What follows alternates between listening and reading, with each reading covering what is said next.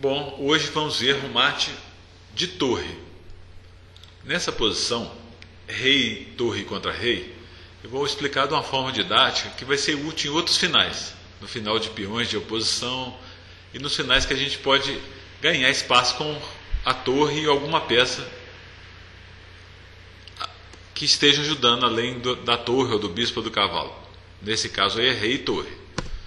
Torre A4, corta o rei pela quarta fila, rei F5.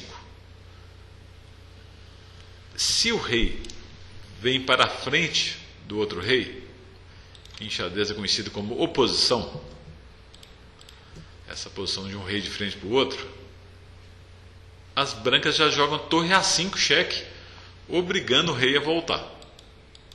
Esse tipo de posição é muito útil, como a gente vai ver mais para frente. O rei vem para o canto para evitar isso que eu falei, rei F5, rei E3. Se o rei vai para o lado direito, aí, rei G5, torre F4 já corta o rei nas casas amarelas, aí, só pode andar dentro dessas casas amarelas. Rei E5, cria de novo a posição de oposição, torre A5, cheque. Rei D6, o rei não entra na frente do outro rei imediatamente, que obviamente ele vai sair da frente no próximo lance. Então joga rei E4. Claro que se o rei vier para a frente do outro rei em E6, já criou de novo a oposição.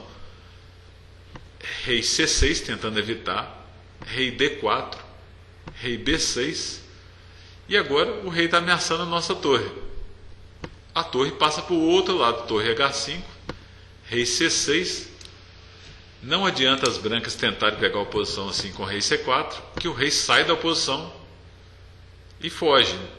Por exemplo, se der o cheque torre H6, o rei avança para o centro. E se rei D4, o rei vai fazer contato com a nossa torre do outro lado e a gente vai perder vários tempos nessa posição. Então o correto é torre G5, perde um tempo com a torre, e depois de rei B6, rei C4. Se o rei for para A6, torre B6, rei completamente cortado lá no cantinho, né? Ou se o rei voltar de novo à posição de oposição, rei G6, desculpem, torre G6 cheque, rei D7, rei D5, rei E7, torre A6, claro que não torre G7 cheque, porque o rei vai escapar para F6, e sim torre A6, rei F7, o rei procura de novo a posição de oposição, rei branco, rei E5, rei G7, rei F5, rei H7. O rei preto evitou como pôde, mas veio parar no cantinho. E agora, depois de torre G6, as pretas só tem duas casas para movimentar com o rei. Rei H8, e o mate agora é dado facilmente com a ajuda do rei branco. Rei F6, rei H7, rei F7, rei H8, torre H6 mate. Lembrando que se cai nessa posição aí, sendo a vez das brancas jogarem, aqui foi as pretas, já foi direto para o mate. Se são as brancas que jogam numa posição desse tipo, basta perder um tempo com a torre, né? Na coluna 6, para obrigar o rei a voltar para H8, e a gente pode dar o mate.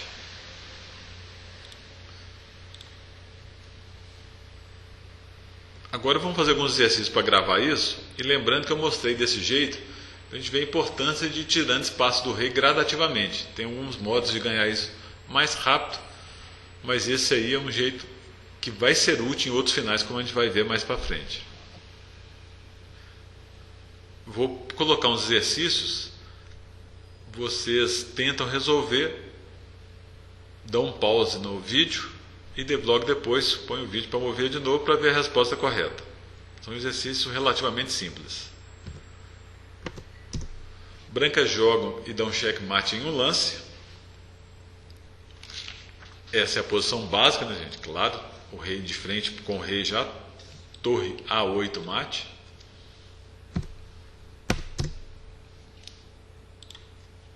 Brancas jogam e dão checkmate em um lance também. O rei tem que estar preso num dos cantos, né? Nesse caso é a torre H3 mate. Mais um, muito fácil. Torre C8 checkmate, já está na posição correta para dar o mate, né? Agora um pouquinho mais desafiador. Joga as brancas e dão checkmate em 2 lances. Muito interessante, né? Torre G3 para obrigar o rei a ficar na posição da oposição. E agora torre G8 checkmate. Agora que vocês já entenderam, isso aí fica mais fácil. Joga as brancas e dão checkmate em 2 lances. Torre D7 para obrigar o rei a ficar na posição de oposição de novo. Torre A7 mate. E mais um só para a gente gravar. Brancas jogam e dão checkmate em 2 lances. Agora ficou fácil, né? Torre E3 obriga o rei para a posição de oposição. E torre E1 checkmate. Muito obrigado por assistir essa videoaula e até uma próxima.